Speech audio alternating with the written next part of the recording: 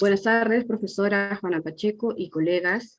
En esta oportunidad, el equipo de docentes de la institución educativa privada María Reina hará una presentación exponiendo acerca de la regulación y autoconocimiento sobre la asertividad y trabajo colaborativo en tiempos de pandemia.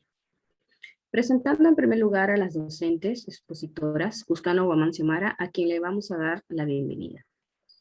Muchas gracias, señorita. Y bien, buenas tardes con todos mis colegas docentes, alumnado.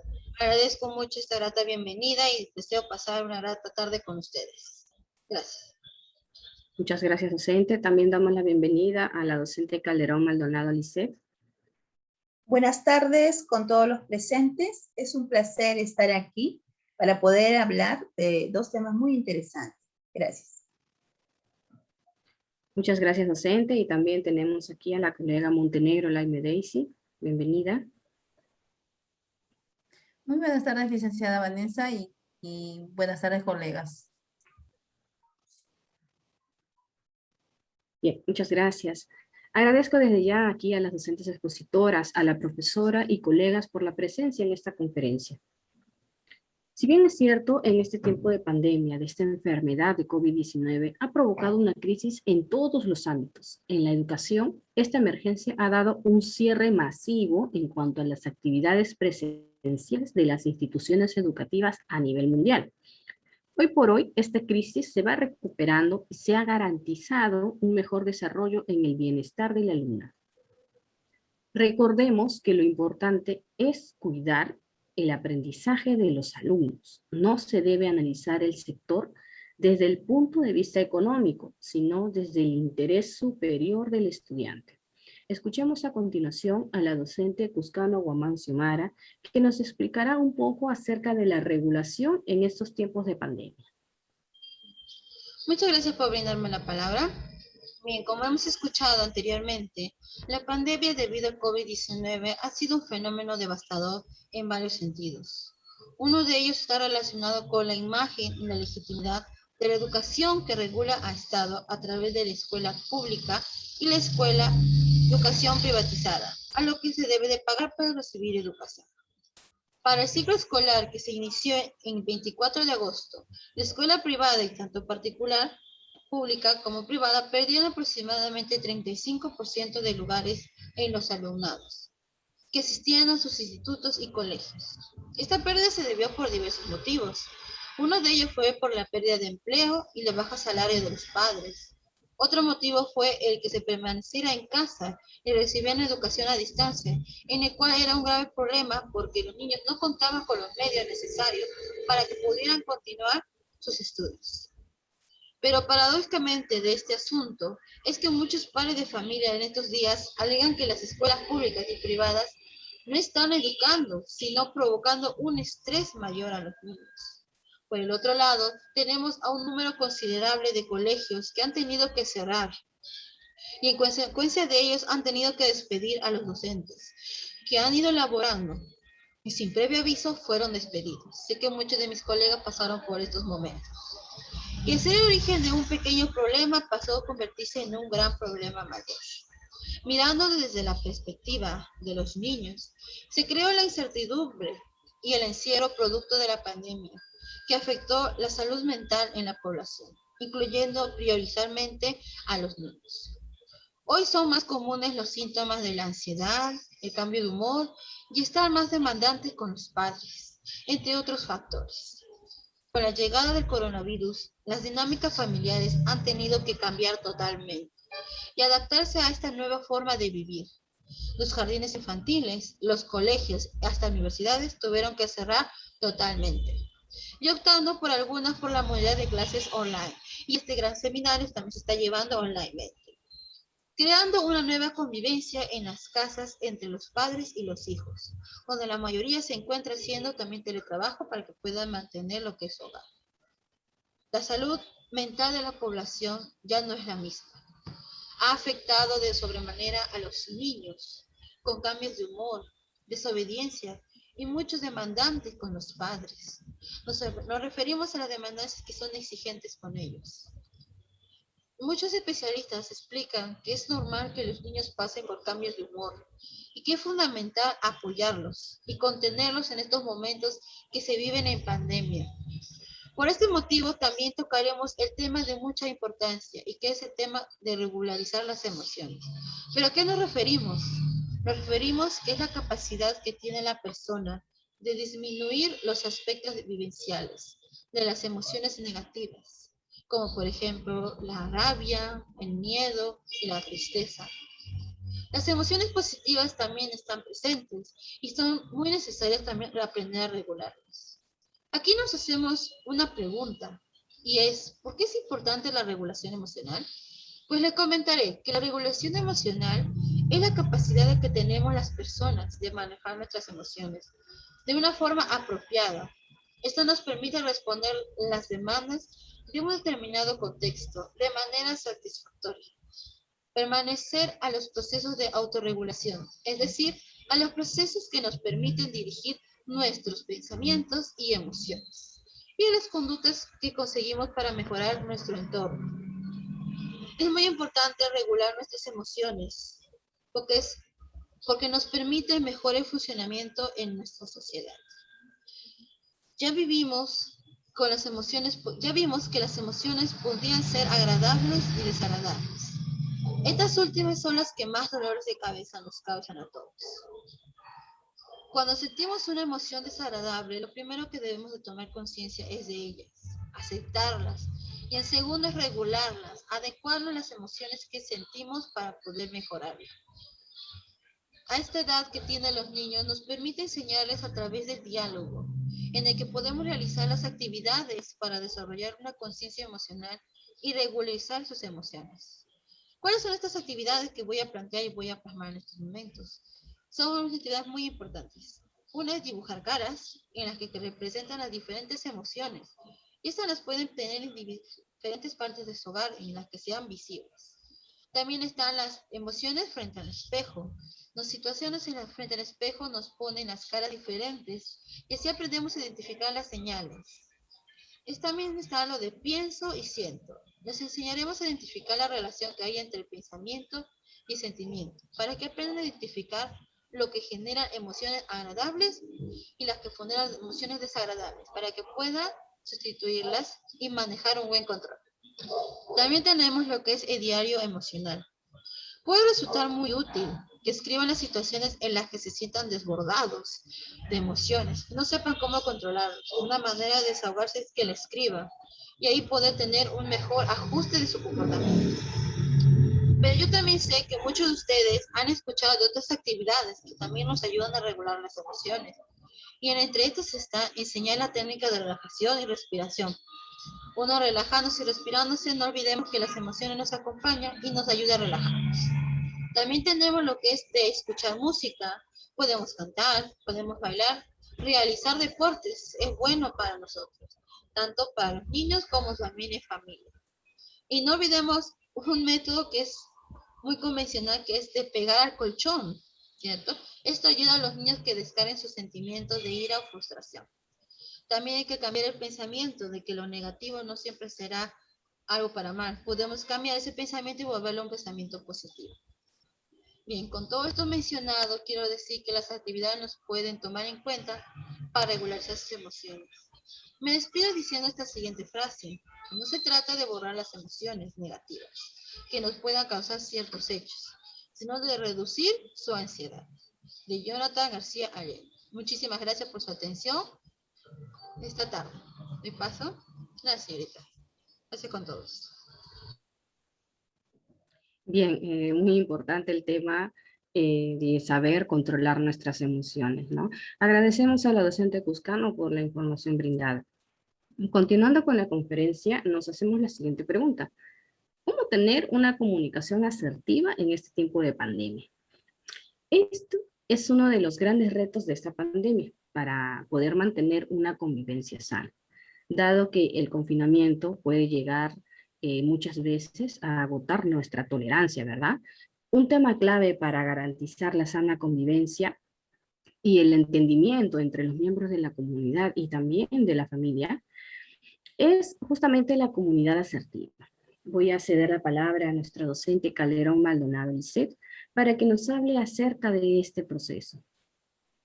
Gracias, Vanessa. Es importante entender que es posible que todos estemos más sensibles o inestables emocionalmente, más de lo normal. Si bien esto no justifica que tengamos conductas inadecuadas con el resto de miembros con los que vivimos, ni ellos con nosotros, esto afecta también a nuestros estudiantes. De igual manera, ya que son niños, o hasta más. No obstante, es importante tener en cuenta que ante una situación tan incierta como la que estamos viviendo, y dado que el aislamiento conlleva un importante cambio para nuestras vidas, es posible que en algunos momentos tengamos que enfrentarnos a una variabilidad emocional más alta de lo habitual. Precisamente, por esto puede ser de gran ayuda tratar de entendernos y cuidarnos entre todos, mejorando la comunicación en la medida de lo posible para fomentar que el clima institucional sea lo más agradable posible. Para lograr un clima agradable necesitamos conocer esos dos conceptos, Vanessa, que los voy a decir, como es el autoconocimiento y la asertividad, ¿no? El autoconocimiento consiste en conocer las partes que componen el yo. ¿Cuáles son sus manifestaciones, necesidades y habilidades? Los papeles que vive el individuo y a través de los cuales es conocer por qué y cómo actúa y siente. Al conocer todos sus elementos, que desde luego no funcionan por separado, sino que se entrelazan para apoyarse uno al otro, el individuo logrará tener una personalidad fuerte y unificada. Si una de estas partes funciona de manera deficiente, las otras se verán afectadas y su personalidad será débil y dividida, con sentimientos de ineficiencia y desvaloración. Ahora, asertividad. Hace referencia a la capacidad de comunicar a las personas que nos rodean nuestros sentimientos y necesidades, pero evitando herir y ofender a los demás. Hay quien considera que la asertividad y las habilidades sociales son términos sinónimos, pero es importante tener en cuenta que asertividad es solo una parte de las habilidades sociales, aquella que reúne las conductas y pensamientos que permiten defender los derechos de cada uno sin agredir ni ser agredido. Asertividad es una expresión de una sana autoestima. Es la capacidad de autoafirmar los propios derechos sin dejarse manipular y sin manipular a los demás. Olga Castañer, en el 2018, dijo que la asertividad está altamente ligada a la autoestima. Una persona asertiva es una persona con un buen autoestima, que conoce sus derechos y los defiende, finalmente respetando los derechos de los demás. En conclusión, queridos oyentes, les puedo decir que es importante llevar estos dos conceptos muy presentes para lograr una buena comunicación con nuestros estudiantes y con todo nuestro entorno, para lograr un buen clima institucional y de esta manera lograr nuestros objetivos. Si bien es cierto, tantos maestros como estudiantes hemos aprendido mucho de tecnología y mucho de plataformas virtuales, es importante también darle mucha importancia a la parte humana, a regular nuestras emociones de manera positiva y preocuparnos más por las emociones de nuestros estudiantes, para no estresarnos y para estos puedan lograr sus aprendizajes con una comunicación asertiva, donde se respeten sus opiniones y sentimientos, para lograr en un futuro personas con criterio y con una comunicación asertiva hacia los demás. Gracias. Bien, cuán importante es conocerse a uno mismo y la comunicación, ¿verdad? Agradecemos a la docente Calderón por su participación. Bien, el trabajo colaborativo ha sido clave en la educación en tiempos de pandemia. La educación tiene un antes y un después. de la pandemia de COVID-19. Para algunos ha generado un fracaso de la educación, pero para otros, ¿no?, ha sido una gran oportunidad para mejorar los procesos de enseñanza y aprendizaje, y en especial la forma de trabajo e interacción de los docentes, estudiantes y también de sus familias. Sin duda alguna, la pandemia nos ha llevado a todos al terreno de hacer realidad más que nunca la colaboración y el trabajo en equipo. Pero vamos a escuchar un poquito más de esto a nuestra colega Montenegro Laine Daisy. Muchas gracias por el pase, licenciada Vanessa. Bien, el trabajo colaborativo en tiempos de pandemia en la institución educativa María Reina no ha sido ajena a esta crisis sanitaria que llegó de manera sorpresiva. Como institución educativa tuvimos que generar estrategias para implementar esta nueva modalidad de enseñanza, sin existir un precedente o un modelo a seguir. Gracias al trabajo colaborativo entre todos los integrantes de nuestra institución, hemos logrado enfrentar este desafío de manera muy exitosa. Ha sido fundamental analizar el contexto y nuestra situación como colegio, gestionar de manera ágil y estar permanentemente atentos a la retroalimentación para corregir con prontitud todo lo que se pueda mejorar. Pues considero que se han tomado las decisiones adecuadas, ya que se redujo la cantidad de contenidos y se identificaron algunos de estos, dando mayor prioridad. En un primer momento de la pandemia quedamos algo paralizados, pero empezamos a ver qué herramientas teníamos a disposición para los procesos de enseñanza y aprendizaje que se llevan a cabo de una manera adecuada. Esta experiencia ha permitido que el trabajo no solo se enfocara en las habilidades curriculares, sino en potenciar las habilidades para la vida. Las tecnologías juegan un papel muy importante en el desarrollo de las actividades, pero el rol fundamental lo realizan los docentes en conjunto con los estudiantes y las familias. Y nos damos cuenta que ellos son los tres pilares fundamentales en la educación. Esta pandemia ha permitido la participación activa de las familias. Vemos que están comprometidos con el aprendizaje de sus hijos. Se debe seguir profundizando la relación escuela y familia y así continuar con estrategias y el trabajo colaborativo que permite una mejor calidad en la educación. Tenemos muchos ejemplos del trabajo colaborativo entre las familias y los docentes, pero también entre docentes. Y eso ha sido la clave en los procesos de enseñanza y aprendizaje, a pesar de las crisis sanitarias que hasta ahora seguimos viviendo. Quiero culminar con esta frase. Lo grande del ser humano es que está capacitado para enfrentar los cambios. Muchas gracias. Muy importante el trabajo colaborativo, ¿no? Agradecemos a la docente Montenegro por su participación. Ya finalizando esta conferencia brindada por la institución educativa privada María Reina, daremos una breve conclusión acerca del tema. Una de las características de la educación a distancia es que se exige prácticas de autoaprendizaje por parte de quien estudia. La colaboración es un contexto educativo, es un modelo de aprendizaje interactivo que invita a los alumnos a caminar codo a codo, a sumar esfuerzos, talentos y competencias mediante una serie de transacciones que les permite llegar juntos al lugar señalado. En nuestra institución educativa, el trabajo grupal fue de forma positiva.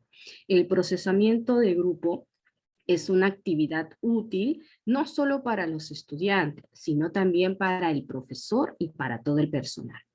Y para culminar, hay que verle siempre el lado positivo, ¿verdad? Esta pandemia. Esta crisis ha estimulado la innovación en el sector educativo. Se ha llegado a aplicar enfoques innovadores en apoyo a la continuidad de la educación y la formación. Agradezco a las docentes por su participación y al público en general por su atención. Muchas gracias.